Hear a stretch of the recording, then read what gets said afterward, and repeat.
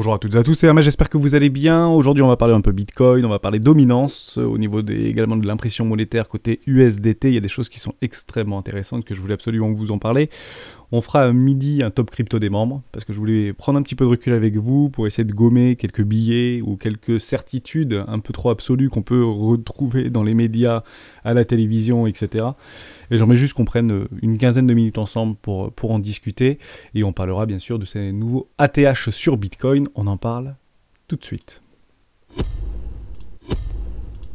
Mais avant de commencer, je vous invite bien évidemment à rejoindre le Discord des rois du marché. Vous trouverez le lien dans la description. À l'intérieur, une petite documentation d'une stratégie que j'utilise et qui m'offre d'excellents résultats sur le moyen long terme. Elle s'appelle la stratégie des 4 rois. N'hésitez pas à l'utiliser, à la télécharger, à vous en imprégner pour vous aussi trouver votre propre style d'investissement moyen long terme. On va parler de ce nouvel ATH sur Bitcoin. Donc vous l'avez peut-être compris, mais c'est face au rub à cette monnaie russe. Et je vais essayer de reprendre du recul avec vous, gommer beaucoup de biais psychologiques par rapport à ce qu'on peut penser de ce qui est en train de se passer en Russie par rapport à l'effondrement de leur monnaie. On en parle depuis quelques jours maintenant, voire semaines, par rapport à l'invasion russe en Ukraine. Et je pense que c'est très intéressant de remettre les choses dans leur contexte pour savoir la réalité économique des pays d'Europe, dans quelle situation on se trouve, parce que nous, c'est pas si fameux que ça. Pour celles et ceux qui ont mis il y a quelques jours le plein d'essence dans leur véhicule, bah, c'est pas fameux l'histoire, parce qu'on a quand même des prix qui dépassent complètement l'entendement maintenant, et c'est pas vraiment ce qu'on va retrouver en Russie. Donc, ce qui est intéressant de penser, et intéressant de remettre dans le contexte, c'est que on considère Bitcoin aujourd'hui peut-être comme quelque chose qu'il n'est pas. Je m'explique très simplement. En fait, je vous explique pour moi ce qu'est Bitcoin et ce qui fait la force de Bitcoin et pourquoi je pense que Bitcoin, demain, pourrait prendre de la valeur, mais toujours face à quelque chose, toujours contre quelque chose. On le prend de façon habituelle contre le dollar. Certains d'entre vous le prendront contre l'euro. Je rappelle que la monnaie mondiale aujourd'hui qui est acceptée par ses pairs, c'est le dollar. Et c'est pour ça que une très grande majorité des traders et des investisseurs, amateurs, professionnels, institutionnels, prennent en fait la devise du dollar ou la monnaie du dollar par rapport à tous les actifs financiers, mobiliers ou immobiliers qu'ils peuvent trouver, bien évidemment. Pourquoi ? Parce que c'est aujourd'hui la seule monnaie qui permet partout dans le monde d'échanger de la valeur avec de la confiance. Il y a des réserves de valeur qui sont plus adossées depuis 1973 à l'or, mais qui l'a été pendant des années. Et aujourd'hui, la monnaie entre guillemets mère à travers le monde et des échanges commerciaux internationaux, c'est le dollar. Beaucoup moins l'euro, le dollar pour le coup. Et c'est pour ça que c'est important sur des graphiques de mettre, c'est une préconisation que je fais aucun conseil, vous faites bien ce que vous voulez bien évidemment, mais je le mets toujours en dollars et tous les actifs financiers que je traite hors 440, je le mets généralement en dollars, parce qu'une très grosse majorité, une très grande majorité des gens, des traders, institutionnels, etc., professionnels ou investisseurs, voient en fait la même chose que moi à un instant T. Et l'objectif sur les marchés financiers, c'est bien une chose, c'est que un maximum de personnes voient exactement la même chose que vous au même moment. Et c'est pour ça qu'il y a plein d'indicateurs techniques qui sont très intéressants, comme le RSI, comme le MACD, qui sont des moyennes mobiles exponentielles corrélées par rapport à des volumes, par rapport à un prix, avec des moyennes mobiles en 9, 18 périodes, qui sont communément utilisées, ou Ichimoku Kinkoyo. Pourquoi Ichimoku Kinkoyo est très utilisé par des traders et par des investisseurs ? Parce qu'on ne le modifie pas, tout simplement. Ichimoku Kinkoyo, c'est Ichimoku Kinkoyo, et on l'utilise tel qu'il est, quelle que soit la time frame donnée. Je rappelle en fait, juste très rapidement, ce qu'est pour moi le Bitcoin et qu'est-ce qui fait la valeur du Bitcoin. Et je dis bien la valeur du Bitcoin, non pas le prix du Bitcoin. J'en avais discuté avec un des membres du Discord, je crois que c'est Toto, et je le partage régulièrement sur le Discord. En fait, la première chose qui fait en fait la valeur de quelque chose, c'est la confiance qu'on va y mettre à l'intérieur. Hein ?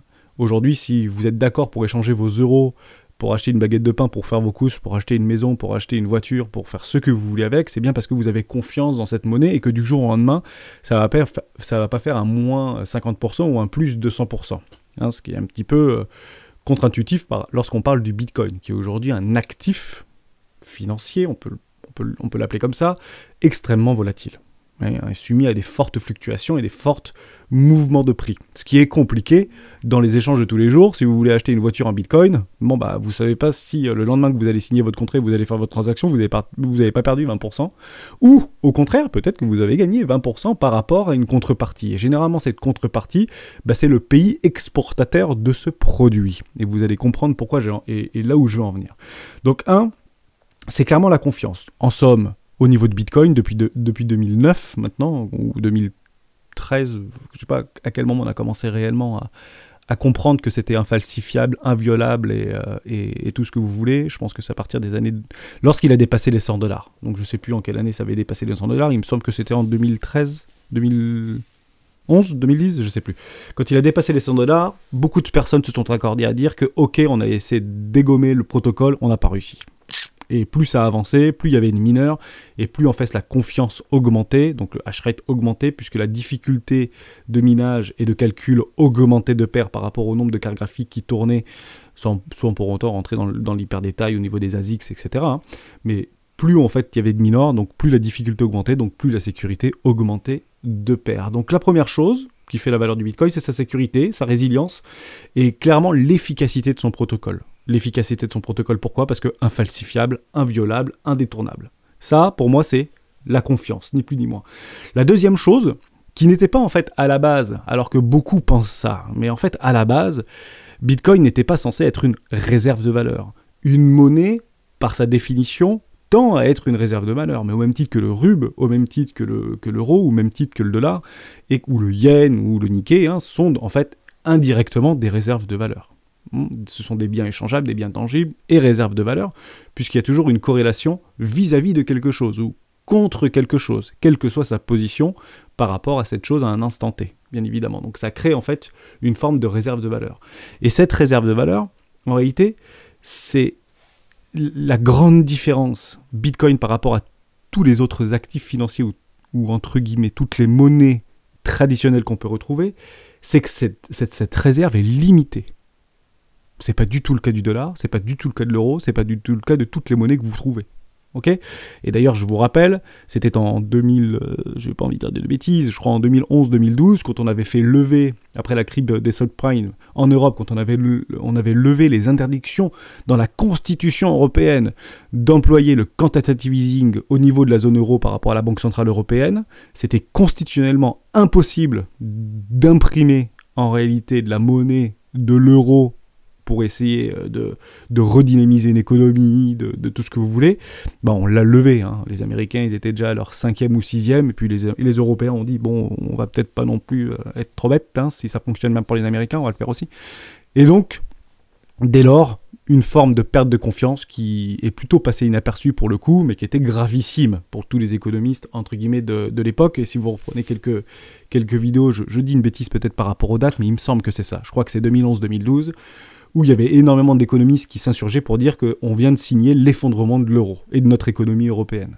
Voilà, parce qu'on avait commencé à enclencher ce qu'on appelait le quantitative easing, ou l'assouplissement monétaire, c'est un joli mot, non, c'est l'impression monétaire et de la planche à billets, voilà, à la brouette si vous voulez, mais appelons un chat un chat.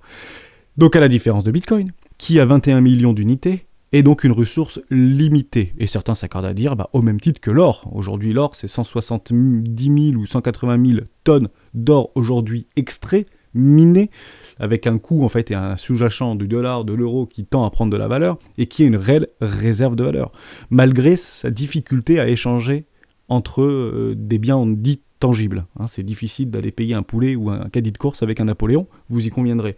Ce qui n'est pas forcément aussi compliqué avec le Bitcoin. Et on y vient sur cette troisième, en fait, grande source de la valeur du Bitcoin, qui est pour moi sa capacité à échanger de la valeur. Clairement, un moyen de paiement.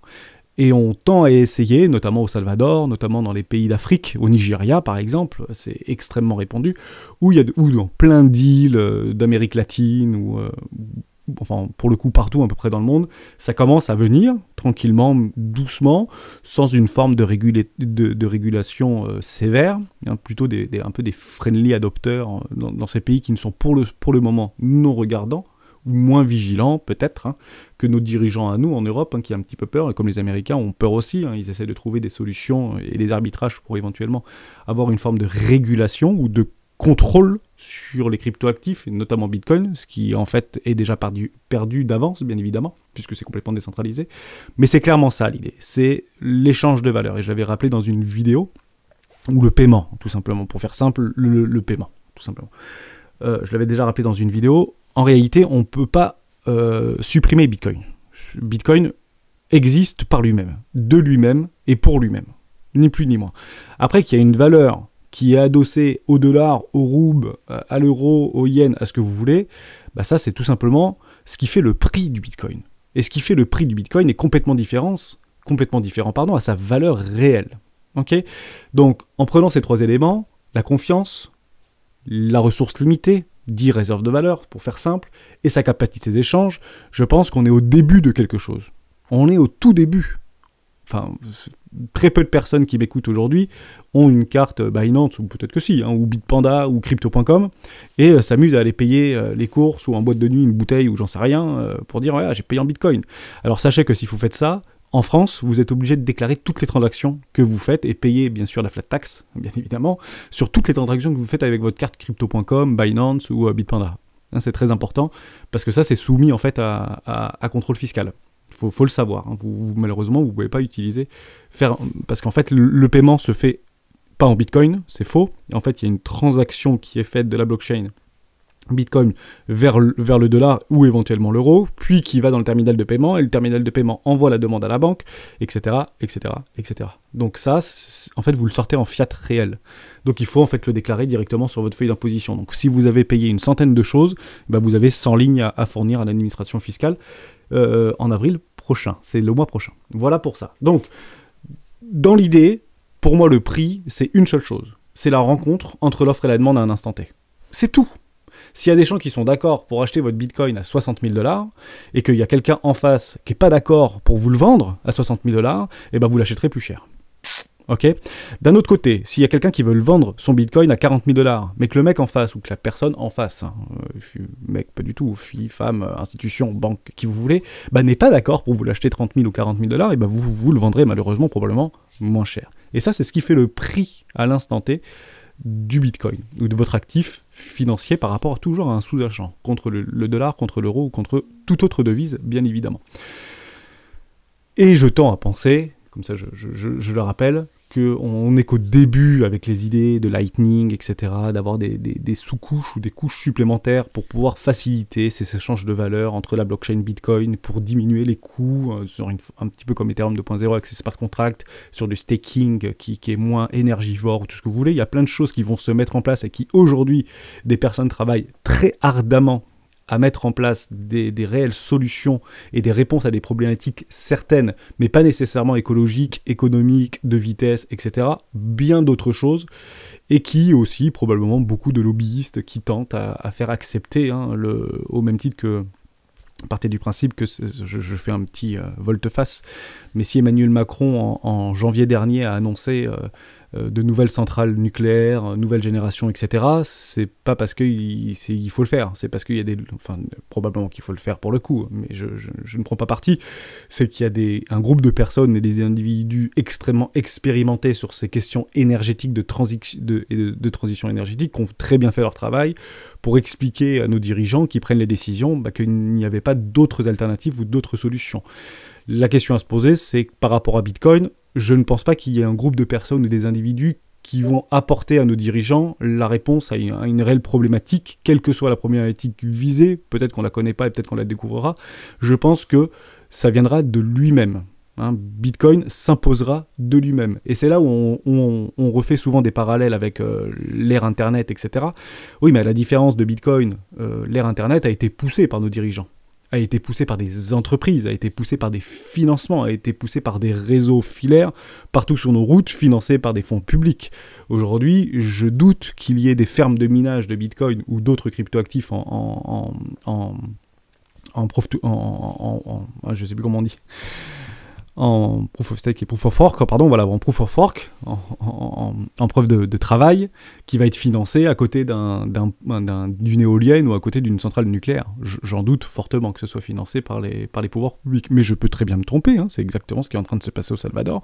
Il y a des choses qui sont en train de se mettre en place, justement par des fonds publics, pour financer des nœuds ou des fermes de minage au Salvador actuellement. Donc je ne sais pas de quoi il fait l'avenir, je pense juste que pour l'instant on n'en parle pas trop.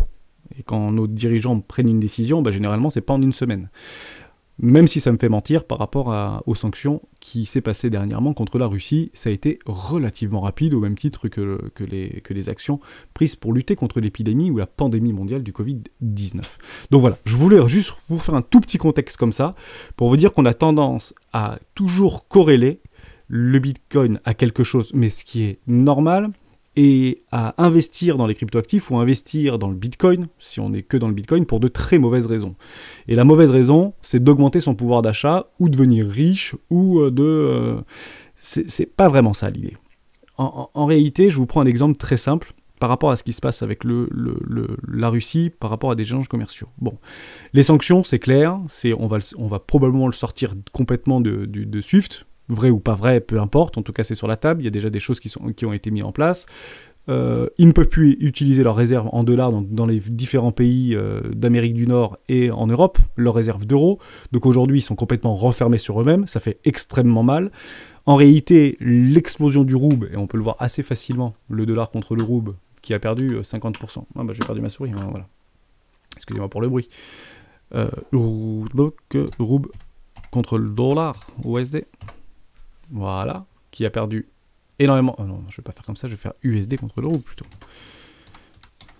Parce que oui, ça se pète un peu la tronche. Non, mais c'est pas ça que je voulais faire. Ah non, c'est pas ça que je voulais faire. USD contre le rouble. Oui, ça marche pas. Je l'ai plus. Non, c'est pas ça que je veux faire. Et si je fais le l'exil contre l'euro, ça fait quoi? Ça marche? Bon. Ah oui, c'est comme ça qu'il faut faire. USD, rouble, directement. Voilà, super. Donc voilà, l'USD contre le rouble, on voit bien qu'il y a une explosion énormissime, donc une chute totale là, depuis 2 semaines maintenant, hein, depuis l'invasion russe, mais bon, en même temps, c'est juste une continuation de tendance, j'ai envie de vous dire, hein. C'est exactement ce qui s'était passé en 2014. Hein. Les sanctions, il y avait déjà des sanctions américaines, rappelez-vous, en 2014, qui avaient été imposées à la Russie, et qui avaient déjà fait vaciller, entre guillemets, la valeur de leur monnaie nationale. Là où je veux en venir, en fait, le cours d'une monnaie n'a que peu d'incidence par rapport aux populations y existantes. Alors je vais essayer d'être très simpliste dans ce que je vais dire. En réalité, déjà je vais peut-être vous apprendre quelque chose, c'est que le litre d'essence ou le litre de gasoil en Russie, c'est moins de 40 centimes d'euros. Et encore aujourd'hui, c'est moins de 40 centimes d'euros. Or, en France, on vient de se prendre une douille, et on vient de se péter les dents avec de litres qui viennent dépasser les 2 euros. Alors, on a l'impression qu'on est en train de mettre des sanctions économiques à la Russie, mais c'est plutôt nous qui sont en train de les manger, les sanctions économiques actuellement. Pourquoi ? La réponse est extrêmement simple, c'est qu'ils sont tout simplement pays producteurs. En réalité, si vous êtes producteur de votre propre ressource agroalimentaire, pétrochimique, gazéifiée, à ce moment-là, quelle est l'incidence de votre monnaie par rapport à vos denrées intérieures? Absolument aucune. Une forme d'inflation certaine de 7, 8, 10% par rapport à la crise du Covid ou une forme d'inflation. Peut-être par rapport à l'économie qui va un petit peu vaciller vis-à-vis d'une perte certaine d'une PIB, mais vis-à-vis des exportations. Mais techniquement, actuellement, vous allez en Russie, vous payez votre litre d'essence toujours le même prix ou à quelques pourcents près, le même prix qu'il y a 1 mois ou 2 mois ou 6 mois en arrière. Parce que pays producteur. Par contre, il y a quelque chose qui va changer. Le problème, c'est qu'aujourd'hui, on le sait, la Russie n'est pas autosuffisante pour nourrir sa population. Mais c'est pas faute de l'avoir essayé. Pourquoi, en fait, ils sont pas autosuffisants? Malgré, en fait, depuis maintenant une dizaine ou une quinzaine d'années, la Russie qui encourageait très fortement l'élevage bovin, les chevaux de porc, les denrées alimentaires, le soja, le blé, et ils ont explosé leur rendement, entre guillemets, leur production interne. Le seul problème, c'est que les agriculteurs, en fait, ils voulaient pas le vendre en Russie. Pourquoi ? Parce que c'est moins intéressant de vendre moins cher en Russie par rapport à un salaire moyen de 400 $ en moyenne par russe, ou pour le peuple russe, et le salaire moyen en Russie, c'est à peu près 400 $, bah c'est quand même plus intéressant de le vendre peut-être aux Européens qui ont un peu plus de thunes ou aux Américains. Je m'explique. Est-ce que vous saviez qu'en France, on est le plus gros, entre guillemets, on a les plus grosses réserves forestières d'Europe. Intéressant. Et beaucoup de notre bois qu'on coupe en France, on le vend en Chine pour qu'il soit manufacturé en Chine, coupé en lamelles, et il revienne en France après usinage. C'est quand même incroyable cette histoire. Pourquoi ? Parce que si vous vendez votre bois en France à des scieries françaises et à des industriels français, et ben vous allez vendre en fait votre bois, alors je ne sais plus comment ça se calcule le bois, je vais dire une bêtise, 60 $ ou 60 €. Or, si vous l'envoyez en Chine, eux ils sont d'accord pour vous le payer 180 $. Bon bah vous faites quoi ? Vous le vendez en France à un Français, ou vous le vendez en Chine 180, et puis vous le rachetez même moins cher après usinage par rapport au coût du salaire moyen là-bas, parce que ce qui coûte cher c'est la manœuvre, on va pas se le répéter, ça fait 70 ans qu'on nous l'explique, et on le renvoie en France. Ça le problème, c'est que les Russes sont trop encore dépendants de l'agriculture par rapport au reste de l'Europe. Tout ce qui est bovin, tout ce qui est animal, tout ce qui est poisson, etc. Bon, mais ça ne veut pas dire qu'ils n'ont pas essayé de se recentrer sur leur propre économie pour pouvoir nourrir leur population. Donc, en réalité, le prix de la baguette de pain a que très peu augmenté en Russie, malgré une chute colossale, ou une augmentation du rouble, enfin du dollar par rapport au rouble, qui a fait plus de 100%, ou un truc comme ça. Ok, on le voit sous les yeux. Mais le prix de votre baguette de pain, de votre poulet, votre poisson, si c'est en interne et entre guillemets pêché chez vous, bah il n'y a pas vraiment d'augmentation de prix. Ils n'ont pas augmenté leur facture d'électricité ou leur facture d'énergie, puisqu'ils sont producteurs de gaz. Ils n'ont pas augmenté leur litre d'essence pour moi. Toujours la même chose. Et d'ailleurs, il y a un petit pied de nez qui était très intelligent, mais on a été surpris, mais c'était pas surprenant, qui ont dit, par rapport aux factures qui ont été envoyées par les pays de partout dans le monde à la Russie, ils ont dit, on va vous payer en roubles.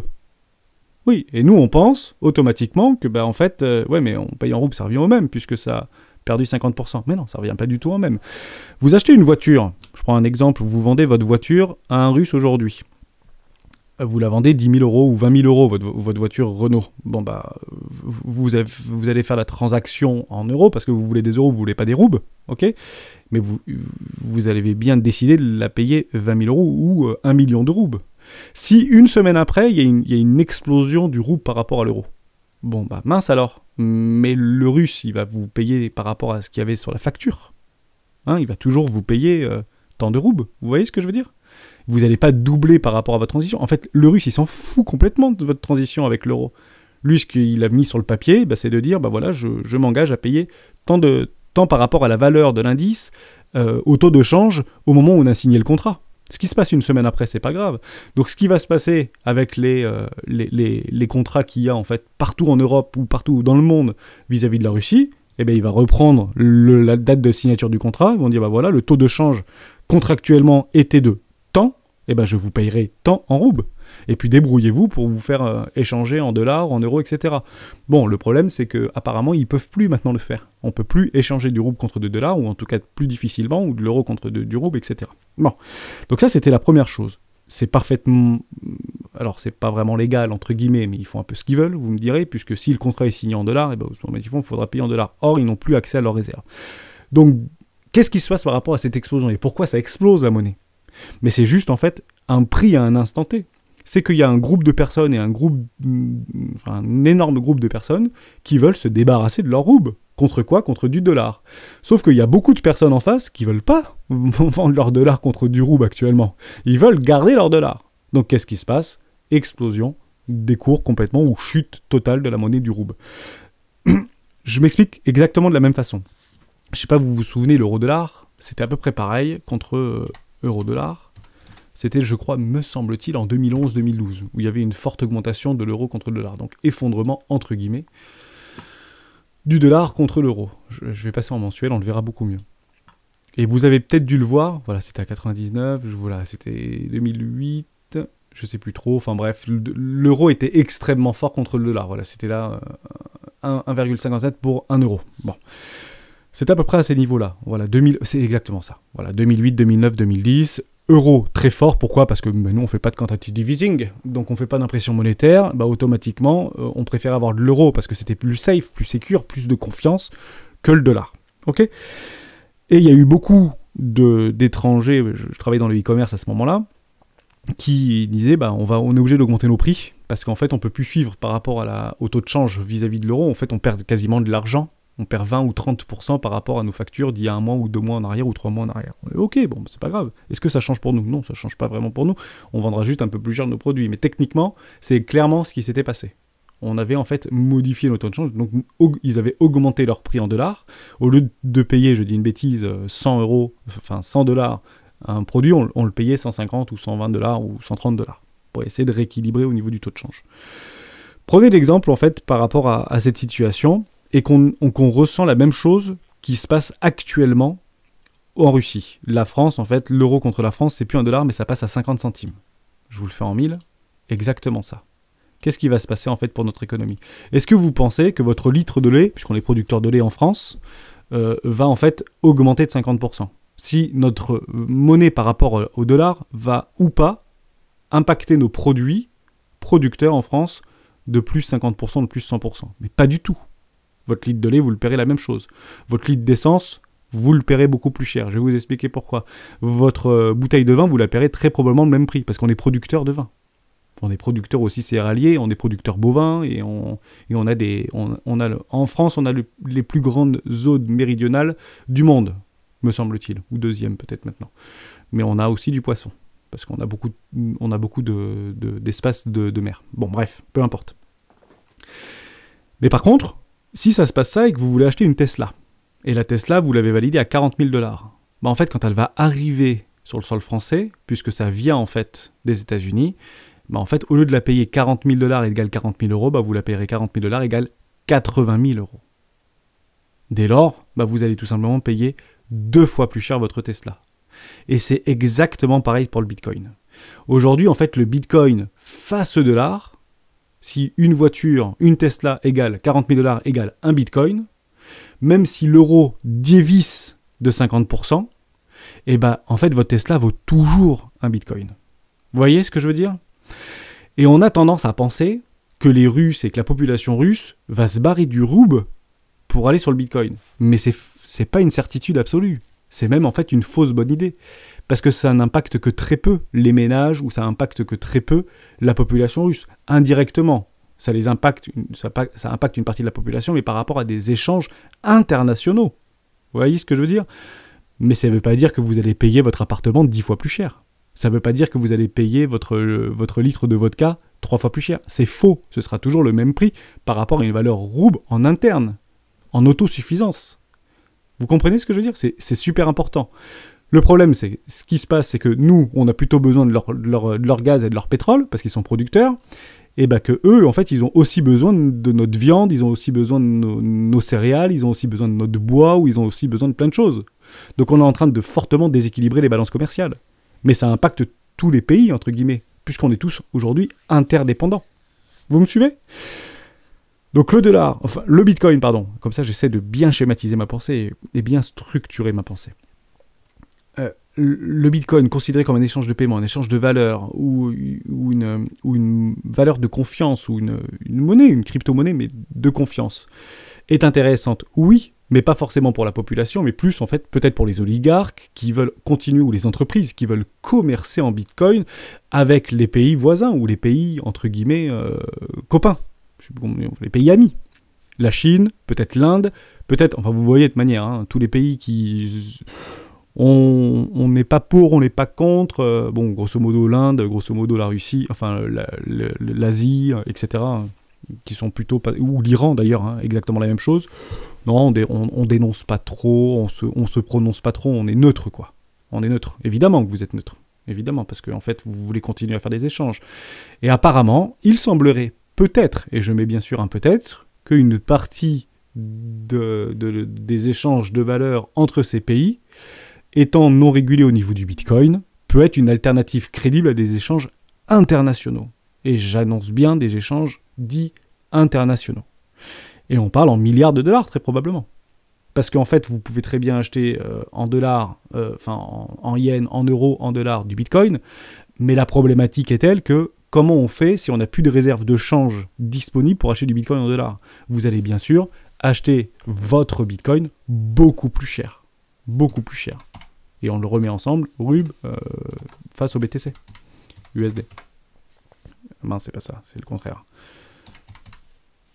Donc c'est pas si simple.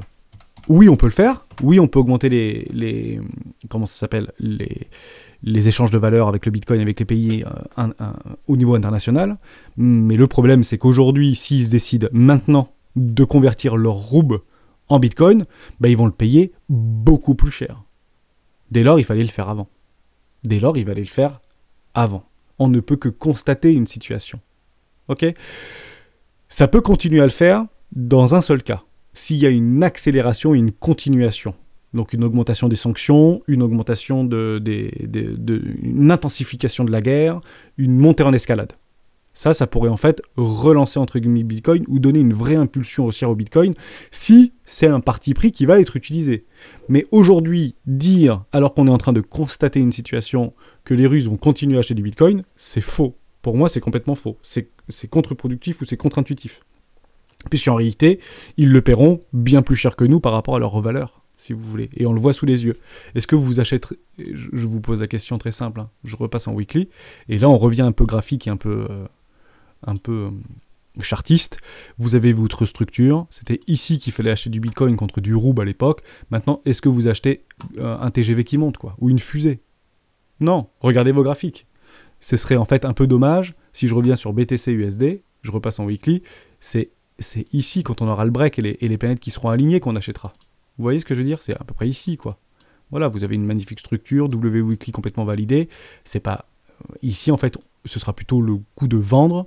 Et ici, bah voilà, le train est parti, quoi. Vous voyez ce que je veux dire?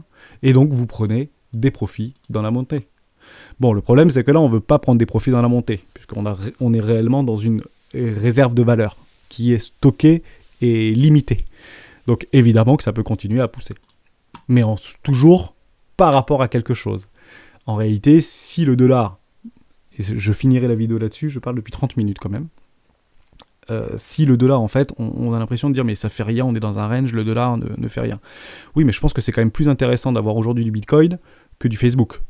Parce qu'en fait, Facebook, face au dollar, est en train de dévisser complètement. Vous prenez AMD, vous prenez Zoom, vous prenez plein de valeurs technologiques, c'est en train de se faire dégommer actuellement. Et Bitcoin, bah, il range. Donc c'est plutôt positif.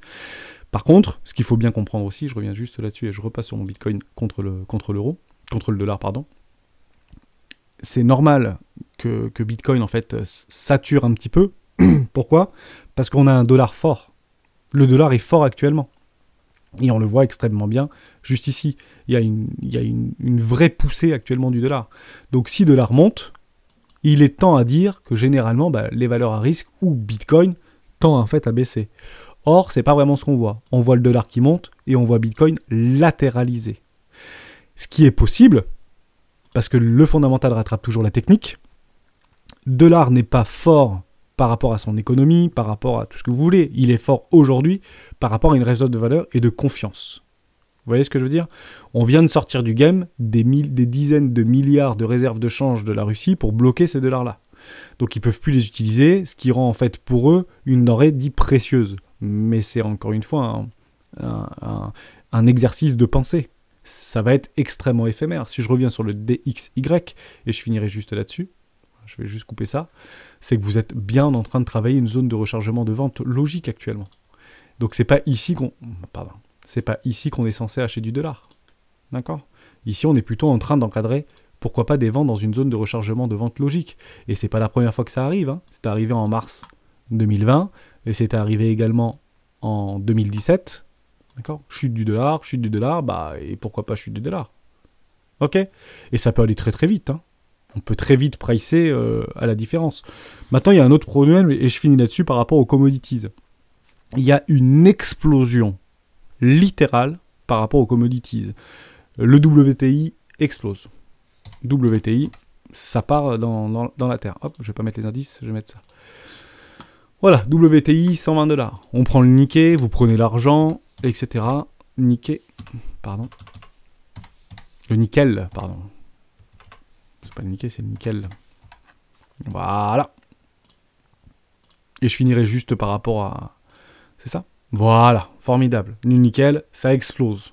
Bon, on parle beaucoup du gold, etc. Ouais, bon, le gold, pas tant finalement, hein, parce que quand vous regardez ce type de choses, c'est juste incroyable ce qui est en train de se passer. C'est incroyable ce qui est en train de se passer. Bon, je finis juste cette vidéo, parce qu'on est toujours en train de corréler quelque chose par rapport à quelque chose. Ben oui, c'est normal, on corrèle quelque chose toujours par rapport à quelque chose. Je prends l'USDT. L'USDT, c'est le stablecoin en fait qui est adossé au dollar. Bon, on voit juste ici en W Weekly qu'on continue l'impression. Donc on continue à imprimer de l'USDT. Qui dit impression d'USDT dit naturellement une demande croissante. On n'imprime pas de l'USDT, hein, c'est plusieurs milliards qui sont imprimés chaque semaine. On n'augmente pas des USDT s'il n'y a pas une demande en face en USDT. Intéressant. Donc il y a quand même des capitaux. Pour moi, c'est un indicateur de rentrée de capitaux sur le marché. Il y a des capitaux qui rentrent sur le marché crypto. Vous voyez partout sur les réseaux que la market cap totale a encore perdu 100 milliards, etc. Oui, mais d'un autre côté, il y a quand même des USDT qui sont créés, qui sont imprimés, toujours avec une forme de corrélation. Est-ce que c'est vrai, est-ce que c'est pas vrai, on va pas rentrer dans le débat. Mais techniquement, il y a une demande croissante par rapport à cette monnaie, donc de l'impression qui corrèle par rapport à des sous-jacents. Ça, c'est la première chose. Deuxième chose, c'est la market cap totale par rapport au Bitcoin. Et là, ça devient sympa. On est ici, et à 3 fois, on est venu chercher ces pointes-là, ces pointes-là, ces pointes-là. Qu'est-ce que c'était ça? Qu'est-ce que c'était ça? Qu'est-ce que c'était ça? Et bien ça, à chaque fois, c'était les bottoms de marché sur Bitcoin. Et ceci, c'était les tops de marché de Bitcoin. Je vous le montre en 1000. On repasse sur Bitcoin, et je vais aller le comparer à USDTD. Regardez ça, à quel point c'est beau. Vous l'avez, juste ici. Je vais enlever ça. Voilà. Pardon. Je ne sais plus comment je voulais faire. C'est pas très grave. Voilà. Je peux l'avoir ou pas? Pas pourcentage? Si, je suis obligé. Ah, voilà. Bon, vous l'avez en... Voilà. On va le mettre comme ça. C'est magnifique. Donc là, vous avez la dominance de l'USDT par rapport au Bitcoin. Par rapport à la market cap totale, pardon. Pas par rapport au Bitcoin, par rapport à la market cap totale. Ici, ça flush complètement. Ça explose. Ici, on remonte complètement, grosse correction. Ici, on est juste là, le truc il explose. Et là, on revient en fait à des niveaux entre guillemets extrêmes d'un énorme range. Donc pour moi, ce qui peut être intéressant, c'est d'aller faire un petit tour sur notre USDT-D, donc la dominance de l'USDT, en bas de ce range, pour envoyer le Bitcoin dans la lune.